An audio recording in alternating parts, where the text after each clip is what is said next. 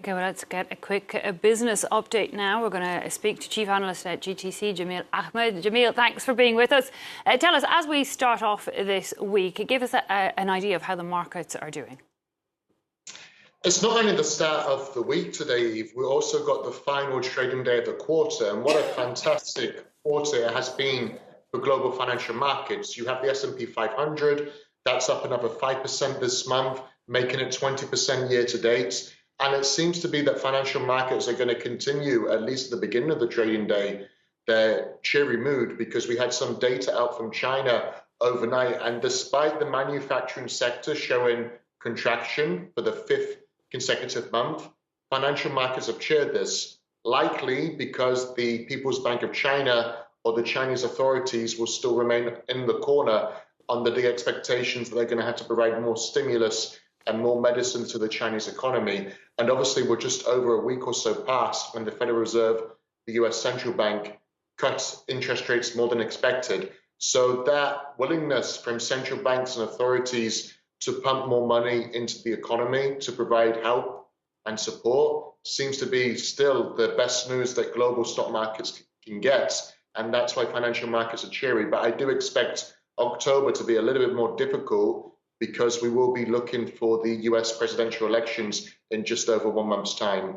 Indeed, news often impacting those investor sentiments and actions. A positive mood, you're saying, despite the escalating situation in Lebanon, that not having a direct impact as yet.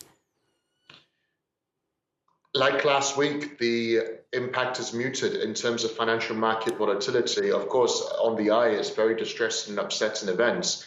But when it comes to institutional and international investors, it's having a very low impact on financial market sentiment.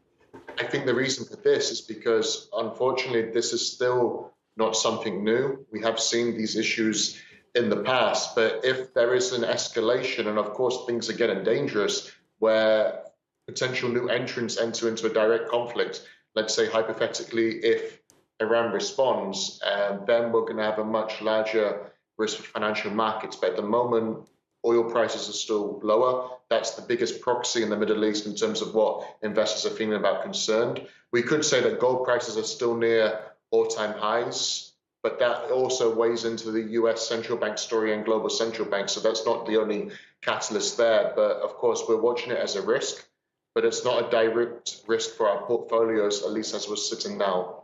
Okay, interesting. But there are some key events, Jameel, for traders to watch this week. The main event is going to be the latest US monthly jobs report at the end of this week. Of course, we just spoke about the US Central Bank providing even more medicine to the US economy and a shot on the arm than we expected. And if the monthly jobs report this week shows that the US economic momentum still needs some support, then the expectation is going to be even wider for the US Central Bank to cut interest rates again over the final quarter. And I think that's what investors are going to be watching out for this week, at least when it comes to the scheduled economic data releases front. Okay, Jameel Ahmad, Chief Analyst at GTC, thanks indeed for your time.